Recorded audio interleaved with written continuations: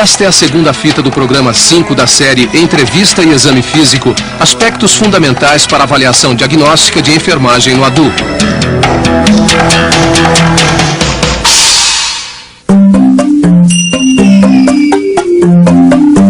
Pelo fato de estarem localizados quase que totalmente sob as costelas, o exame desses órgãos requer procedimentos especiais de percussão e palpação, para se detectar alterações em seu tamanho, superfície, consistência e sensibilidade. A percussão auxilia na delimitação do fígado, ao se avaliar a área de maciçez a este correspondente. Inicie percutindo suavemente a linha médio-clavicular à direita, em direção superior, a partir de um ponto de timpanismo no abdômen, próximo à cicatriz umbilical, até perceber a mudança de som timpânico para maciço.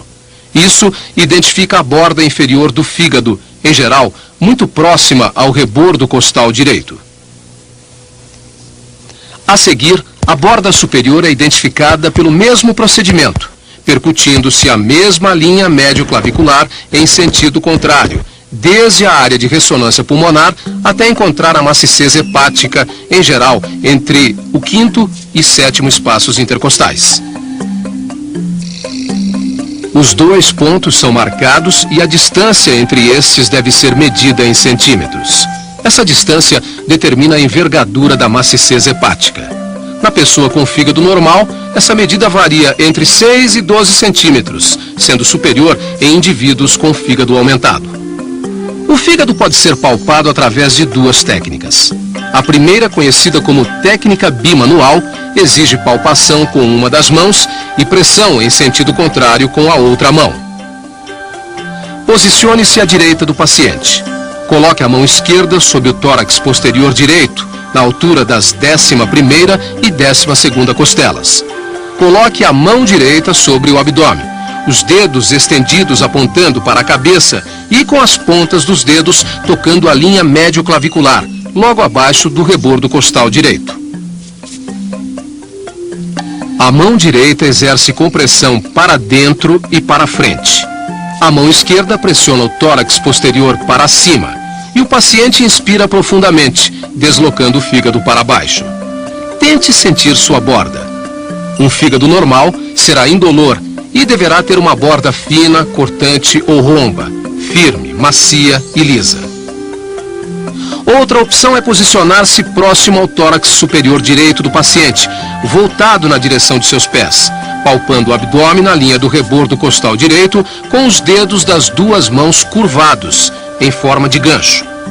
Solicite-lhe que inspire profundamente e pressione a parede abdominal para dentro e para cima. Se o fígado for palpável, sua borda poderá ser sentida pelas pontas dos dedos, à medida que desliza para dentro do abdômen durante a inspiração. O baço normal raramente pode ser palpado. Entretanto, quando se encontra aumentado, pode ser percebido utilizando-se técnica semelhante à da palpação do fígado.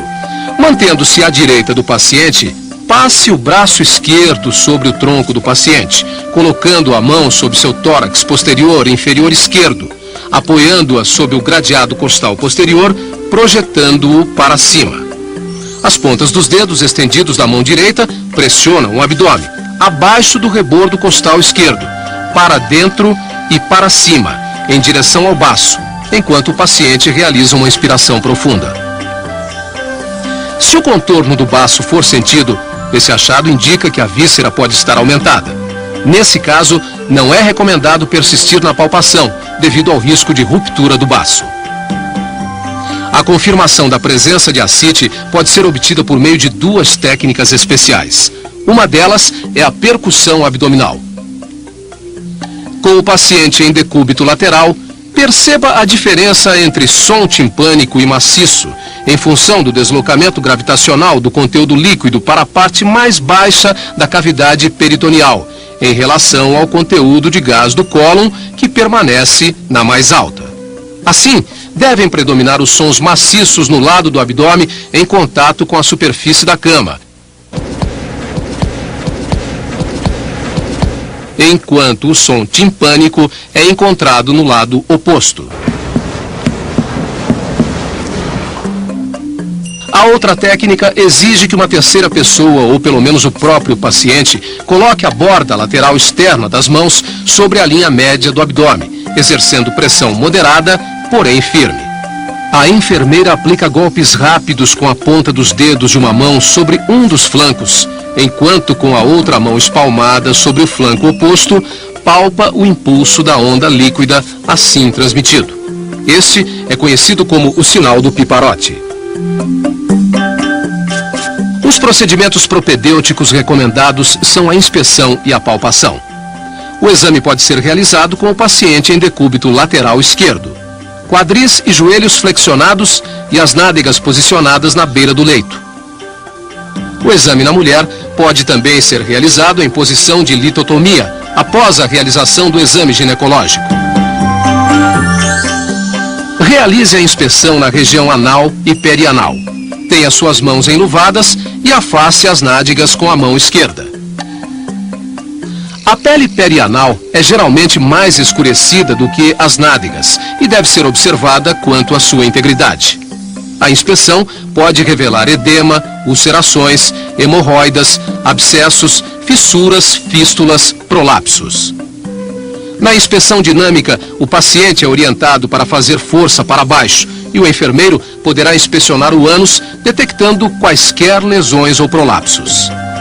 O examinador deve pesquisar formações tumorais e hipersensibilidade. Utilizando luvas, lubrifique o dedo indicador da mão direita e, comunicando ao paciente, introduza delicadamente o dedo no canal anal, alcançando o reto, possibilitando a realização do toque retal. É importante explicar ao paciente que durante o exame ele pode ter desejo de evacuar, o que provavelmente não acontecerá. A parede posterior do reto deve ser palpada e o dedo do examinador deve girar, palpando sequencialmente paredes lateral direita, lateral esquerda e anterior, pesquisando a presença de áreas endurecidas, nódulos, impactação fecal. No homem, através da palpação da parede anterior, é possível tocar a próstata, avaliando tamanho, consistência, presença de nódulos e sensibilidade dolorosa. De forma semelhante, durante o toque prostático, o paciente poderá referir desejo miccional e deverá ser tranquilizado. Ainda com o dedo introduzido no canal anal, o tônus esfincteriano anal pode ser avaliado solicitando ao paciente que contraia os músculos anais. Ao término do exame, o examinador deverá retirar o dedo delicadamente e verificar a ponta da luva, avaliando resíduos fecais, pesquisando presença de muco, sangue ou pus. As desordens do trato urinário podem causar dor na região lombar dorsal ou mesmo no abdômen.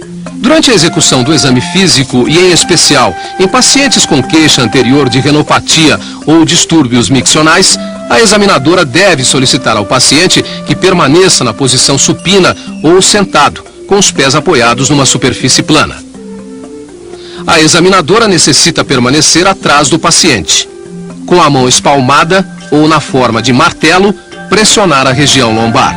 Essa pressão deve ser feita entre a 12ª vértebra torácica e a 3ª vértebra lombar.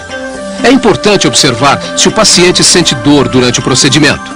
Esta manobra recebe o nome de sinal de Giordano, que pode ser positivo ou negativo, dependendo da referência ou não de dor. Uma outra forma de realizar a propedêutica renal seria pela palpação direta dos rins. Com o paciente na posição dorsal, colocar a mão esquerda na região dorsal do ângulo costal e a mão direita na margem anterior costal do paciente. Peça ao paciente para inspirar profundamente e em seguida expirar completamente.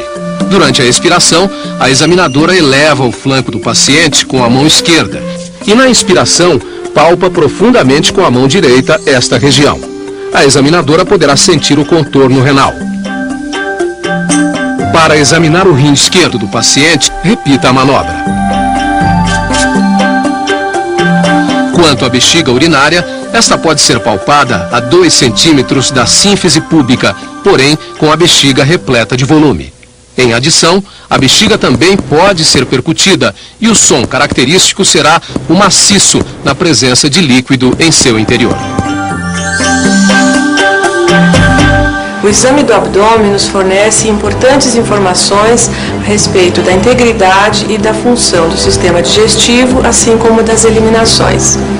Alguns dos procedimentos especiais vistos nesse vídeo serão realizados apenas naqueles pacientes cujos dados obtidos na entrevista ou no exame físico geral justifiquem a sua realização.